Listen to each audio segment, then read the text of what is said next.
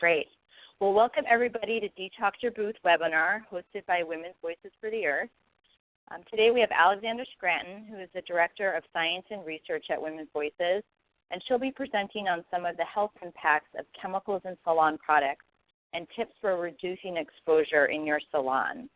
I'll also be talking about some of the ways that salon workers can raise your voice for safer salon products and workplaces. We're also very lucky today to have Jennifer Arce. She is a stylist and also a salon owner based in San Diego, and she's going to talk a little bit about how she's become an advocate for safer salon products. So before we kind of dive into the meat of our presentation, just for those of you who don't know, I want to just tell you a little bit about Women's Voices for the Earth. Our mission is to amplify women's voices to eliminate the toxic chemicals that harm our health and communities. Women's Voices was founded 20 years ago because of concerns about the impact toxic chemicals and products are having on women's health. We believe that women have the right to safe products and a safe workplace, and that you shouldn't have to sacrifice your health to make a living. So in respect to salon products, we've been working on this issue for over 10 years. We've released several reports documenting the health impacts of toxic chemicals on salon workers, including Glossed Over, which you can see the cover on that slide there, and our most recent report, Beauty and its Beast. We also create resources for salon workers, like our fact sheet, which is on the far right here, on common toxic chemicals to avoid in salon products that salon workers can use to select safer products.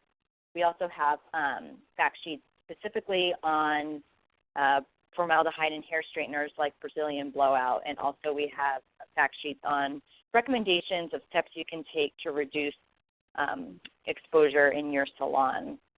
You can find all of these resources on our website, and our web address is at the bottom of the slide there. So you're free to download those, distribute them, link to them, and share with your colleagues. Sorry, the slides are kind of taking a while to turn today. So we also, in addition to publishing reports on salon worker health and resources to help salon workers reduce exposure to toxic chemicals, we also work to raise the visibility of this issue in the media and among members of Congress. So you can see here we have just some snapshots of some media coverage that we've received as a result of releasing reports in our work on toxic chemicals in salon products like nail polish and Brazilian blowout. And that picture on the left is a contingent of salon workers that went to Washington, D.C. To advocate for stronger legislation that will eliminate the use of harmful chemicals in salon products. So that's one of also our goals, is to pass legislation that will require ingredients to be tested for safety before they're allowed for use in salon products, because right now, manufacturers don't have to prove that their chemicals are safe before they're put in these products. They also, as many of you are probably aware, they don't have to fully label their products, so you don't really know all of the ingredients that are in the products that you're using. Another one of our goals is to get manufacturers to remove these chemicals voluntarily and get more researchers to study the impact of toxic chemicals on salon worker health.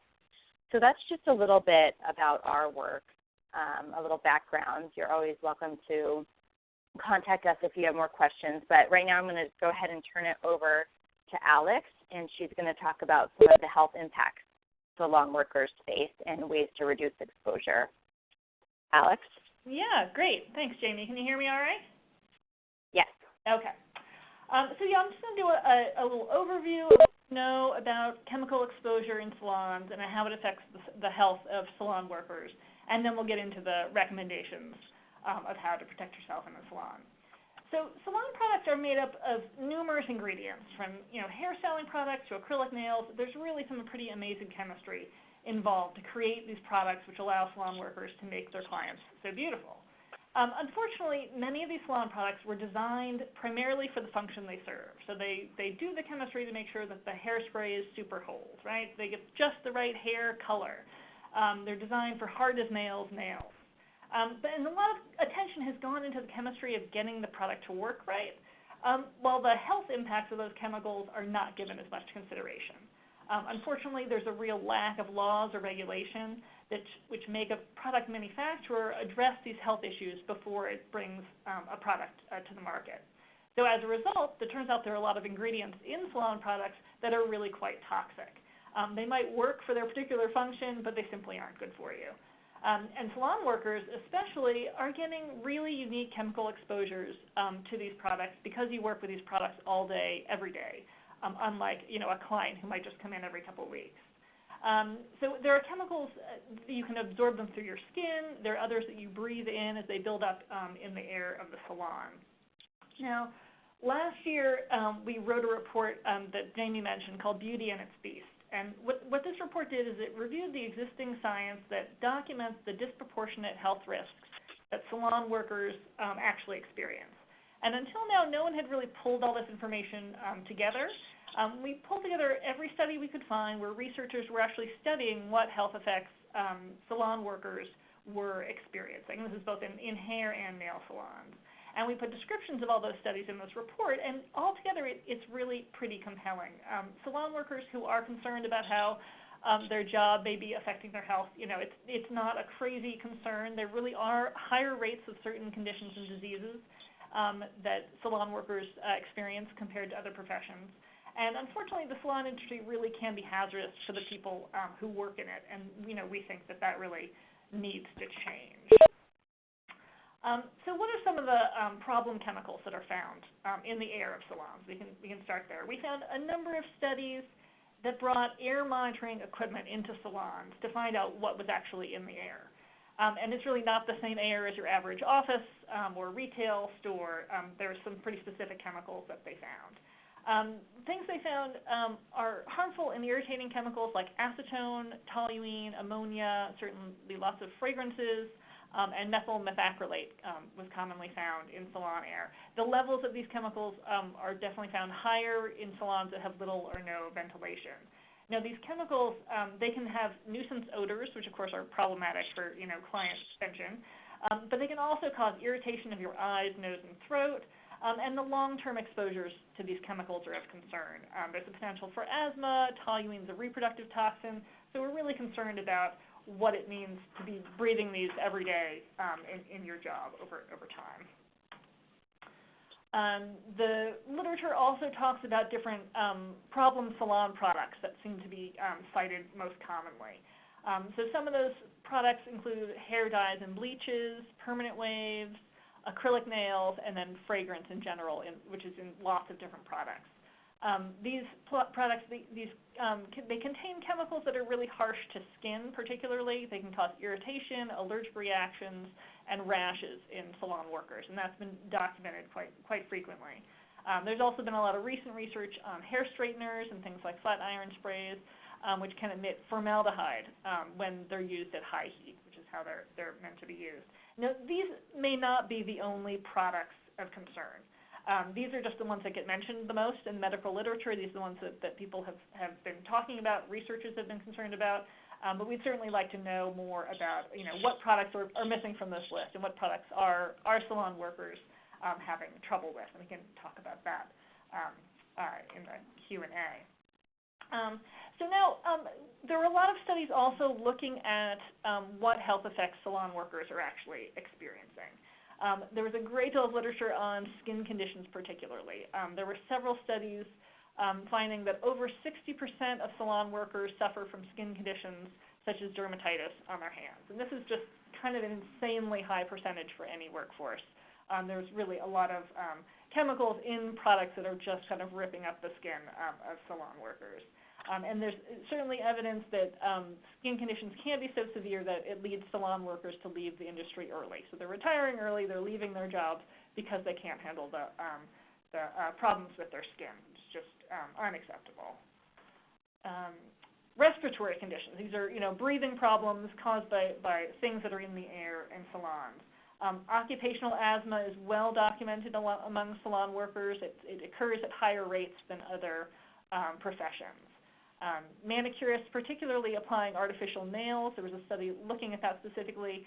they were found to have a 3-fold increased risk, so 3 times as much risk of exacerbating their asthma at work, making their asthma worse when they're in the salon. And then when they actually do technical lung function tests on hairdressers and nail salon workers, they find that over and over again significantly decreased lung function as a result of their work. They're just not breathing as well, particularly in the salon. Sometimes these symptoms go away when they leave the salon and they're away for a few days.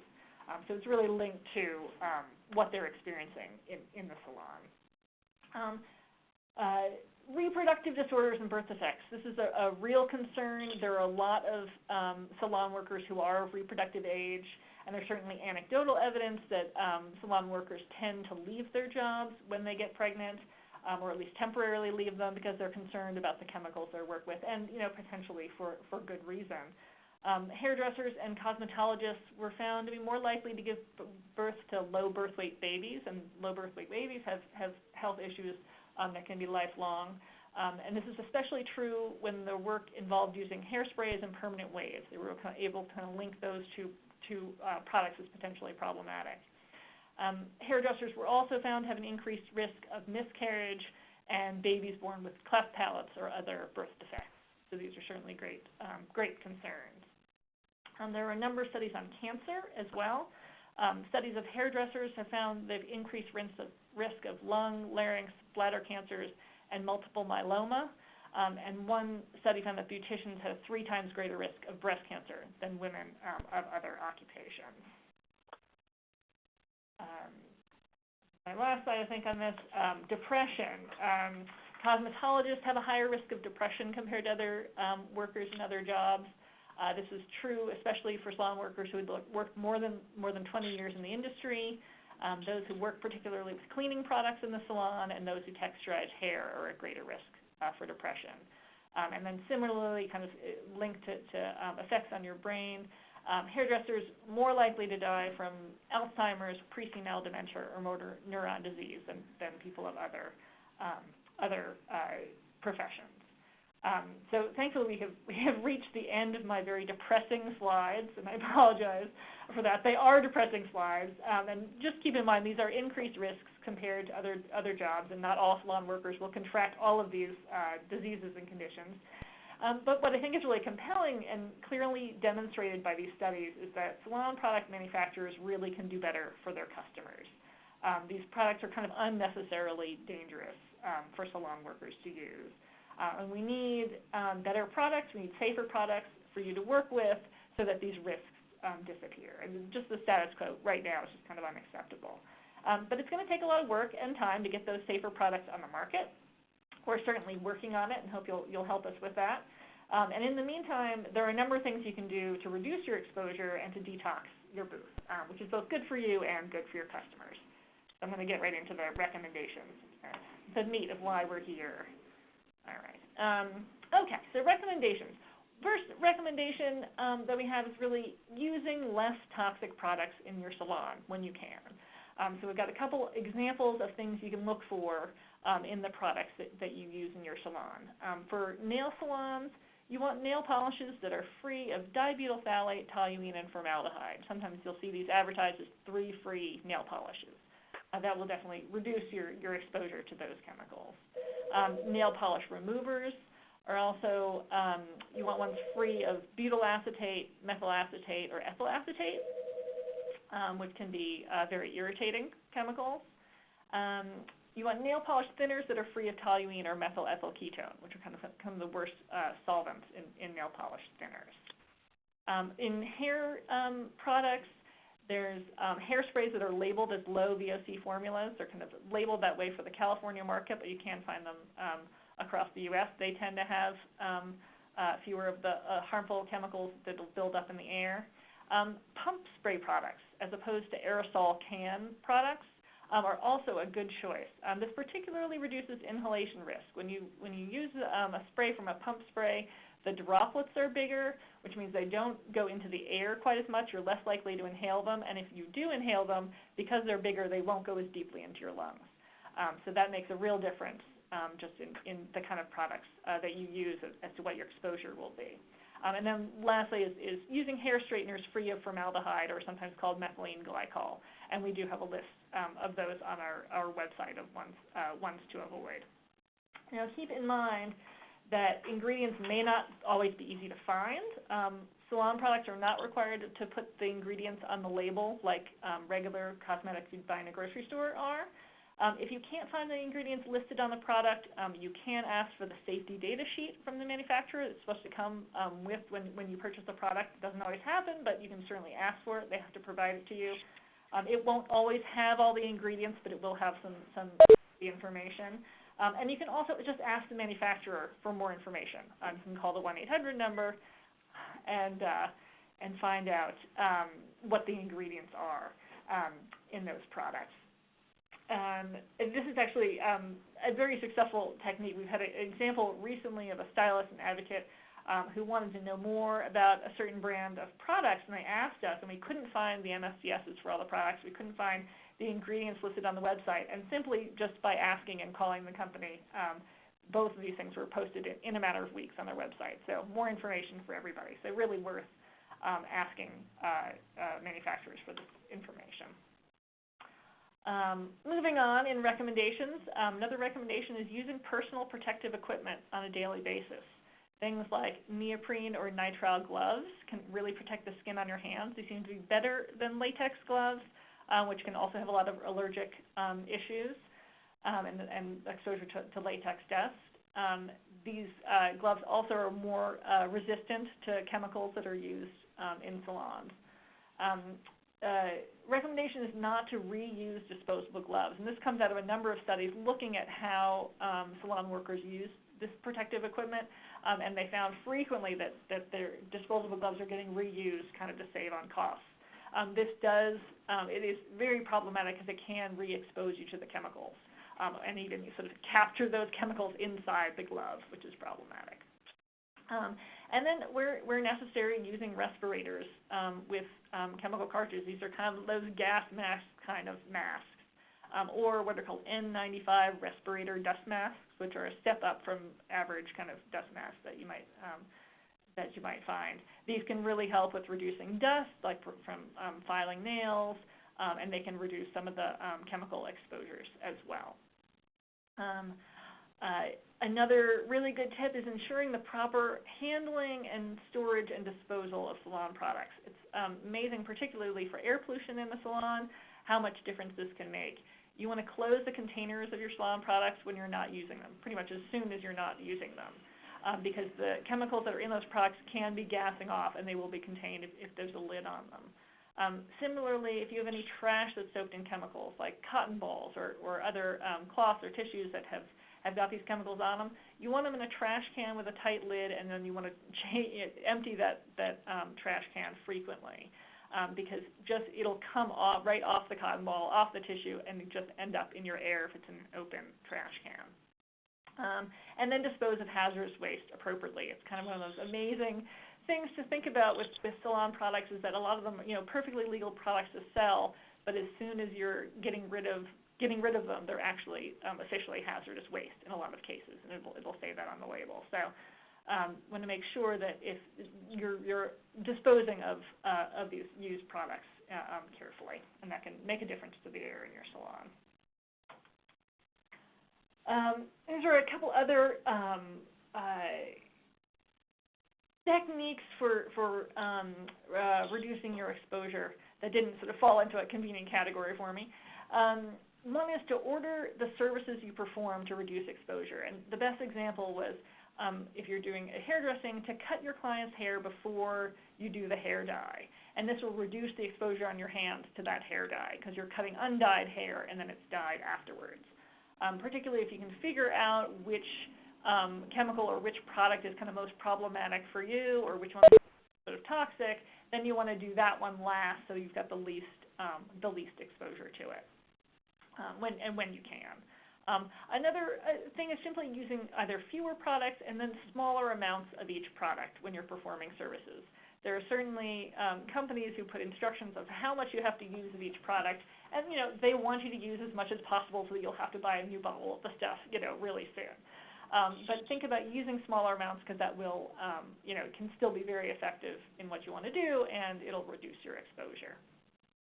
Thirdly, very simple, washing your hands quite a bit before and after performing services, and this can remove chemical residue. It can take stuff that might be on your hands or come off your gloves onto your hands. You certainly want to do this before you eat anything or do anything. You don't want any chemicals that are on your hands and go into your body in other ways.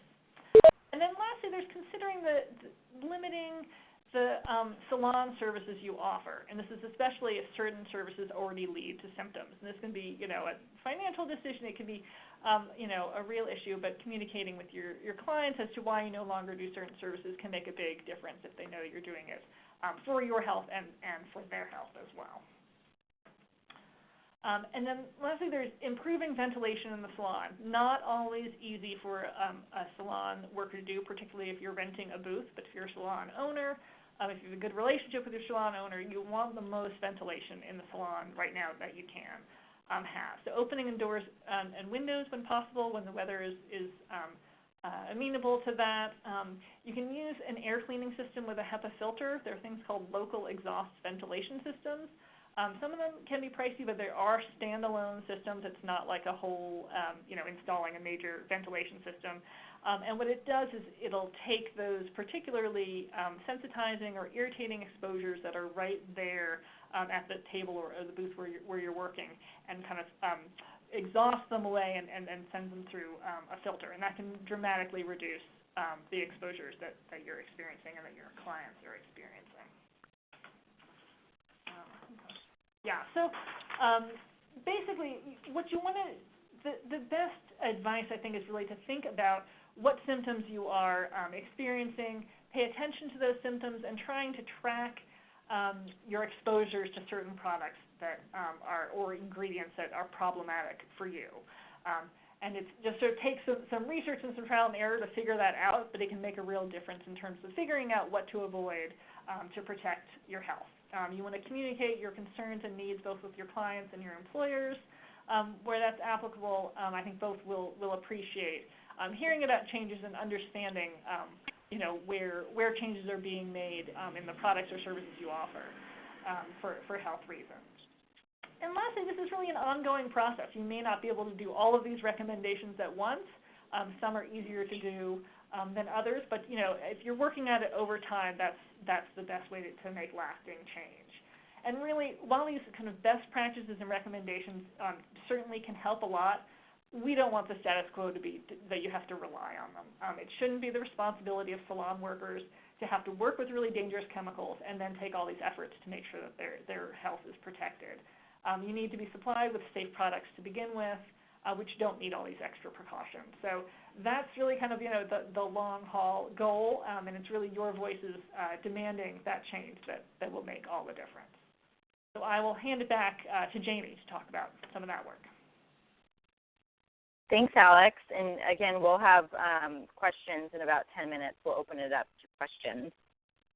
But I just want to talk briefly. This kind of ties into ways to reduce your exposure.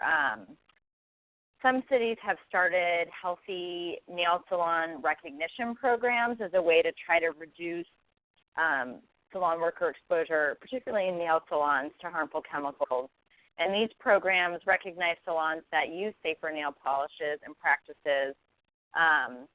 For example, nail polish that doesn't use the toxic trios of formaldehyde, dibutyl phthalate, and toluene, and also take other measures to create a healthy workplace, including good ventilation, use of protective gear like gloves, safer nail polish removers.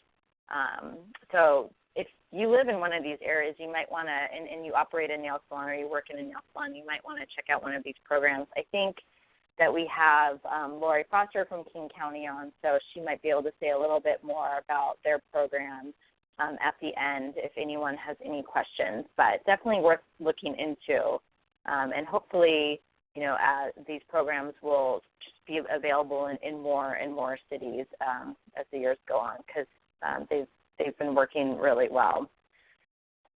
The other thing I just wanted to talk about is just ways that salon workers and advocates in some respects can raise your voice for safe salon products. One simple way is just joining Women's Voices for the Earth. And sorry, I see that there's a typo in that slide. And to get regular updates on the health and safety of salon products, you can do that by going on our website and just signing up for our email list. We don't send out a ton of emails, and you can also just select that you're just interested in hearing about salon news, and you'll be getting, the latest news on chemicals in salons, ways to protect yourself, reports or resources that we're coming out with, or opportunities, to speak up about the issue. And that kind of leads into the next bullet point, which is, we offer opportunities to become a spokesperson for safe salon products. And Jennifer Arce, who's a hairstylist and owner, is going to talk a little bit about how she's become a spokesperson, but some ways that stylists and nail salon workers have become a spokesperson is by talking to the media. We provide media training, usually when we release a report. So when we released our Beauty and Its Beast report, we did a media training for salon workers, and then we'll connect you with certain reporters if they're interested in kind of hearing an experience of an actual salon worker, which is really important. Also, just writing blogs, a guest blog for our Voices blog that we have on our website is a great way to raise your voice and just kind of put a personal face to the issue. Also participating in days of action. That picture, again, on the left is a picture of salon workers in Washington, D.C. that we flew out to talk to members of Congress and the federal agencies about why salon workers need more protections from exposure to toxic chemicals in the workplace. And also, it's really important, and a lot of salon workers don't realize that they can do this, but if you have an adverse reaction, if you have trouble breathing as a result of using a product or rash or something more severe, it's really important that you report that to the Food and Drug Administration or the FDA. For example, if you were to call the manufacturer and say, hey, I've been using this product, it's giving me a rash on my hands, or I have trouble breathing, I start to wheeze, the manufacturer, they don't have to pass that information on to the FDA. But when you directly report that to the FDA, you can see that link below, or even just Google adverse reaction FDA, and that'll get you to the right web page. But when you report it to the FDA, they start to pay attention to products when they get complaints. For example, one of the reasons why FDA had started looking into formaldehyde in hair straighteners was because they received a number of adverse reaction reports as a result of salon workers and their clients having a negative reaction to the product. So that's very important. And if you work with salon workers, I strongly encourage you to let them know that this is something that they should be doing when they experience a health impact. So those are just kind of a few brief ways that you can get involved. Below there, that's my email. If you want to email me for more information, feel free. And I'm just going to turn it over to Jennifer. She's going to be talking for a few minutes about how she's gotten involved with this work. Jennifer, as I said, she is a salon worker and owner. She's a stylist and owner. She's what I call a super advocate. And she's become really one of the leading spokeswomen on this issue. And she's going to talk to her for a few minutes about how she became involved in this work and the ways in which she's raised her voice on the issue. So, Jennifer, are you there? And yeah, can you hear me okay? So that's Jennifer on the left in that slide, and that's the link to her blog that I'm sure she'll be talking about. Yeah, we can hear you, Jennifer. Okay. Very few people have the luxury of waking up wanting to go to work each day, but I am one of those fortunate people. I've been a hairstylist now for over 20 years, and still to this day, I love what I do. The beautiful thing about this industry is the relationships we build with our clients, and there's an indescribable feeling we get when we change the way a person looks and feels about themselves. Unfortunately, many of us in the salon industry find ourselves making a difficult decision. We're being forced to take a hard look at our lives and question, is our love for our career really worth giving up our health? It's been 4 years since it was discovered that Brazilian blowout and other hair smoothing treatments contained high levels of formaldehyde, even though many were labeled formaldehyde-free, and salon workers continue to suffer serious health issues from being exposed to this toxic chemical. What may have started as burning eyes, sore throats, and nosebleeds 4 years ago have now escalated into chronic sinus infections, debilitating migraines, and respiratory infections that last for months. People who were once perfectly healthy are now sickly. Many have permanent eye damage, and asthma that requires multiple inhalers is becoming quite the norm. 4 years ago, several of my coworkers and I became extremely ill when Brazilian blowout was introduced into our salon. After my very first exposure, I was diagnosed with chemical poisoning and prescribed an inhaler because of what this product had done to my lungs. Because this service was so profitable, the salon owner refused to ban the product. After several of my coworkers and I continued getting sick, we were forced to quit working in that salon. Even moving to a new salon that was willing to ban all hair smoothing services didn't solve our problem. Since these products weren't allowed in the salon, stylists were performing them at home. But these products are so toxic, they reactivate every time you apply heat to them. So when that client came back into the salon and had her hair blow-dried, flat-ironed, or processed under the hood dryer, we'd get sick all over again. The thought of losing my career terrified me. I want to be a hairstylist because I love what I do. Salon workers like me are running out of options for work. It's hard to find a salon that doesn't do this treatment in some form. As my health and livelihood began slipping away, I got angry and decided I was going to fight back. I started by contacting every government agency I could think of, including the California Department of Public Health, the FDA, and OSHA.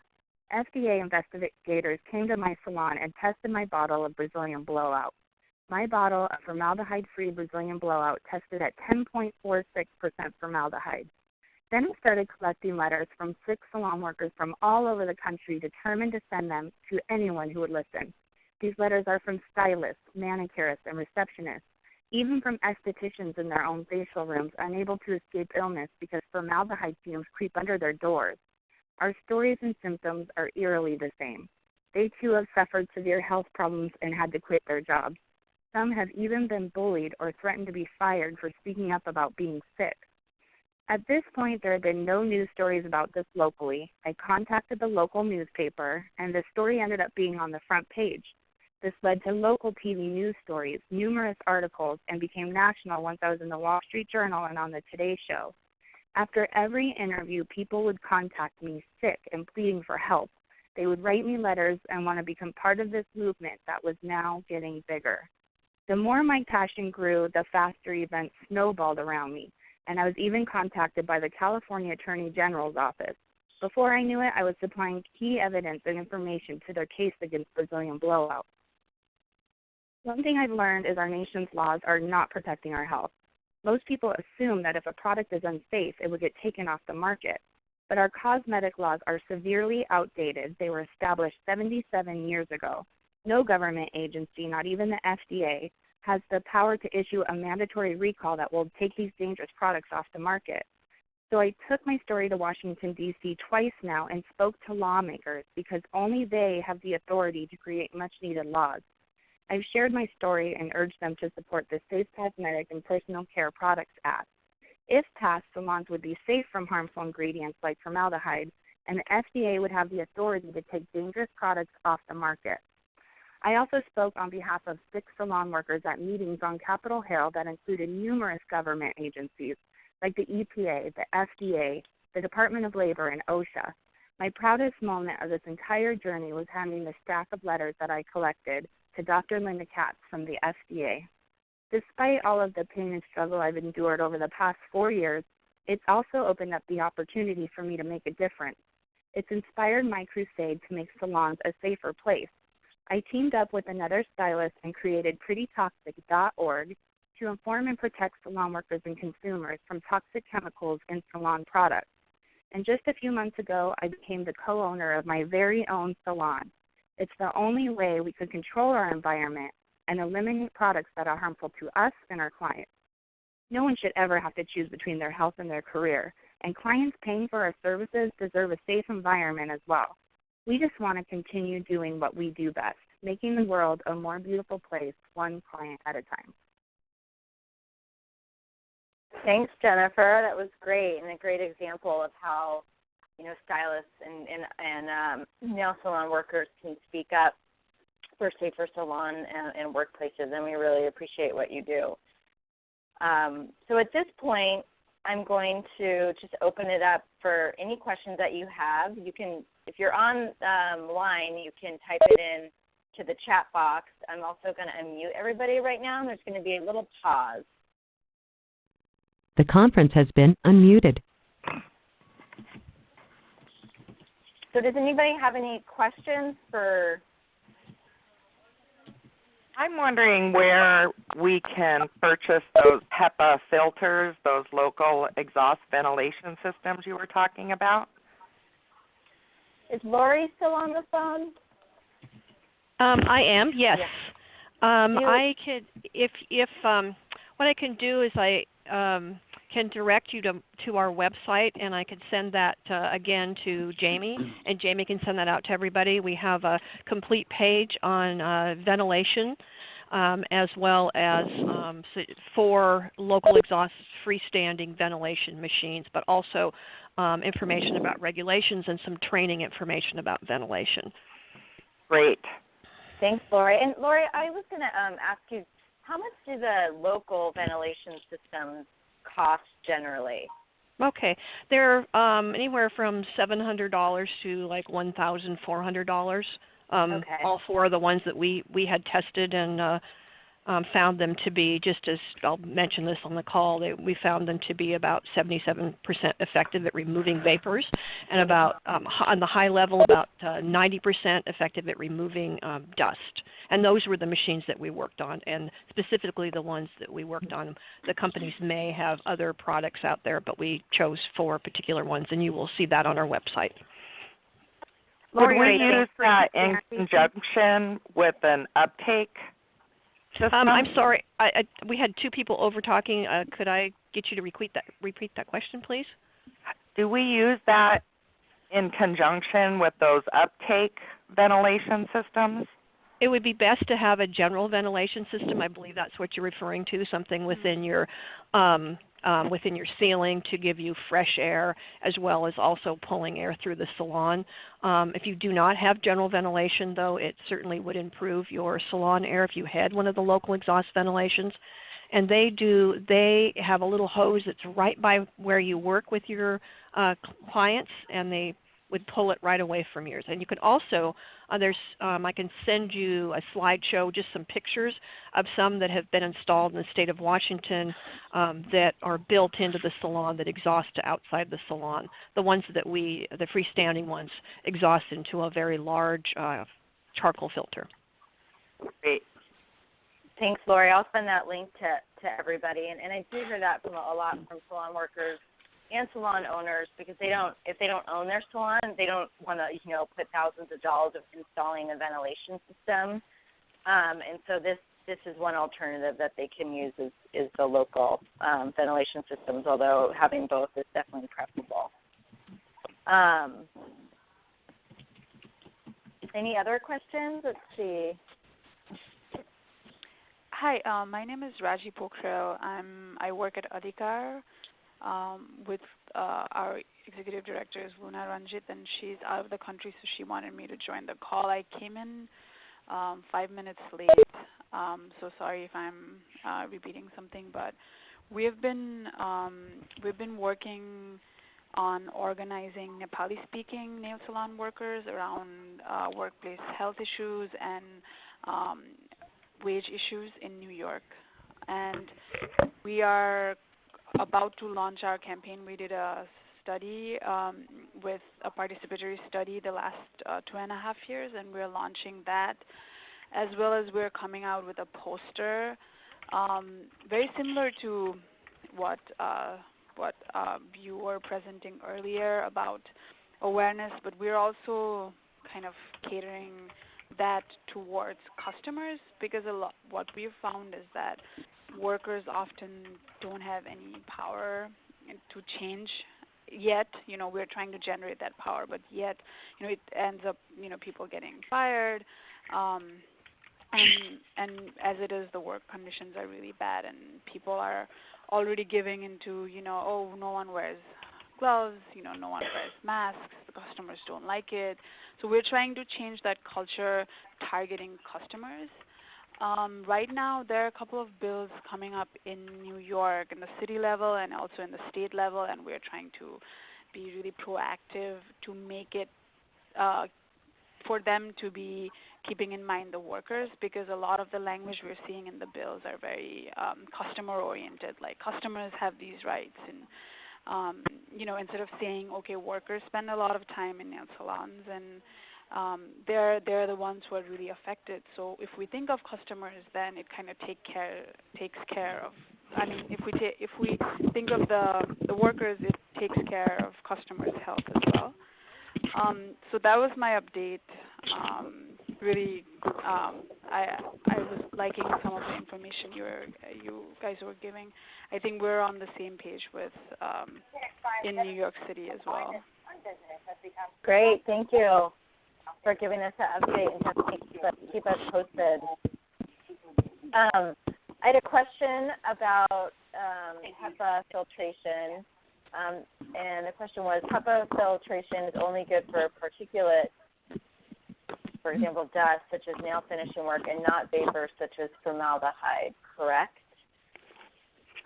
Lori, do you have that? I mean, formaldehyde's a VOC, and I know that those local exhaust ventilation systems helped reduce exposure to VOCs, but is there anything you wanted to add? We didn't test them on formaldehyde, and I don't know if the companies themselves, they may have. You would have to call them individually to find out what they know about that. Sorry, I can't answer that question. But they do. Oh, sorry. I was going to say the testing that was done, I thought that wasn't just for dust. It was also for VOC we did on VOCs. We did. We used acetone as a media, and we also used we ground used an electric file on acrylic nails that we made. But but as far as formaldehyde is concerned, I don't know. They probably have some statistics. This is Alex. Just to add, I think the local exhaust ventilation systems, they contain HEPA filters, which I think are really good for the particulate issue, but they also had charcoal filters in there as well, which are probably better for those other chemicals. Right. Thanks. Any other questions? Looks like there's a question on are there lists of better hairsprays, products, et cetera, that we can all reference? And we do have all of the recommendations that were in this webinar are on our kind of recommendations fact sheets, and we've got some information on particularly on hair straighteners to avoid. As far as finding better hairsprays and products, there aren't too many resources looking at salon products in general. For general cosmetics, I mean, hairsprays are also general cosmetics. The Skin Deep website is a really good resource, which is available from the Environmental Working Group, and you can just Google Skin Deep, and that contains tens of thousands of cosmetic products and gives you kind of a rating based on what their ingredients are and can recommend safer alternatives. Thanks, Alex. And there's also Peter just wanted us to clarify that people understand that carbon filters have no end-of-life indicators, which was actually brought up in the call that we held recently about the testing of local exhaust systems. And that was one of the issues, is it wasn't clear when you needed to replace them or how often. But as he points out, once all absorption sites on the carbon are occupied, it's not going to be effective anymore. And that HEPA filters are just for particulate matter, only like dust, not vapors. And so, ideally, as we've been saying, exhausting outside the building is the best way to ventilate. But like we said, for some salon owners, that can be very difficult because they don't own the building, and the cost of putting in a system might be prohibitive. Jamie, this is Lori Foster again. Some of the recommendations up here for our Department of Labor and Industries, I believe they have been recommending people wear carbon filter when they actually work with the formaldehyde-based hair straighteners. And we are planning on doing some testing through the University of Washington again. We're about to find out the longevity of the charcoal filters for the machines that we use. Yeah. Thanks, Lori. Mhm. Are there any other questions?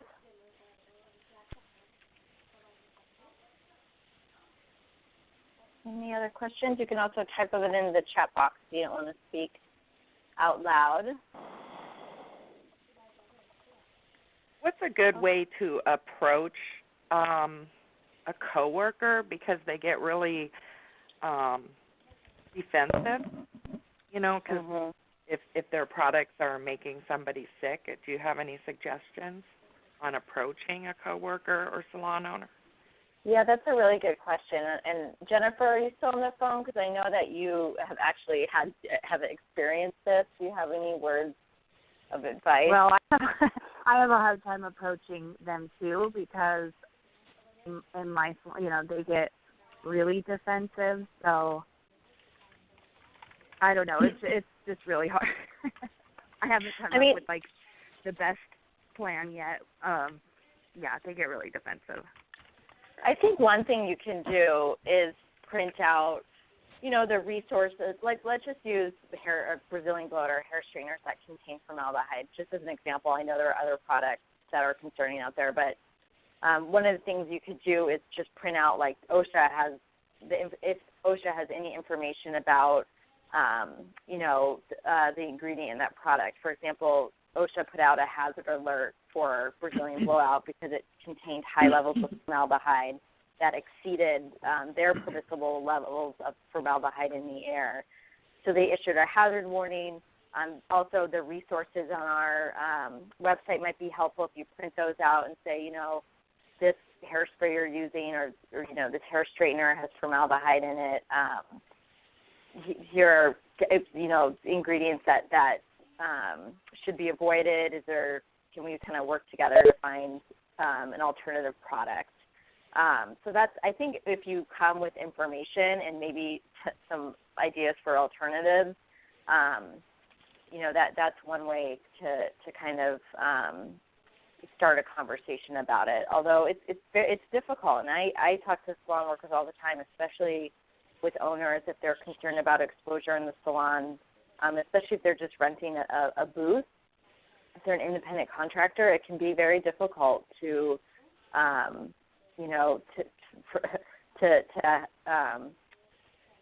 of get a salon owner to put the measures in place that are going to reduce your exposure. So unfortunately, what ends up happening is, like with Jennifer, that salon worker has to leave their salon, which is that shouldn't happen, and it's just really unfortunate. But I think just printing out the information, if you have a question about a particular product or ingredient, you're always welcome to contact us at Women's Voices for the Earth, and we'll try to help you, either research that product or just kind of give you some resources that you can use to talk to your coworker. But that was a good question. This is Alex. Another thing you might think about is if you can talk with with any of your best sort of clients or customers, and if you have a customer who's bothered by something another stylist is using, that can be very persuasive too, if it might impact future business. Right. Thanks, Alex. Are there any other questions? Well, I just want to thank everybody for joining the webinar, and I will be sending out a link of the recording that includes the audio and the slides that you can pass around. I'll also include that link that Lori Foster mentioned with ventilation, and Judith Frey also had a recommendation or a link for resources for ventilation that I'll send out as well. So thank you, everybody, for joining the call. And please get in touch with us if you have any questions. Thanks so much. Thank you.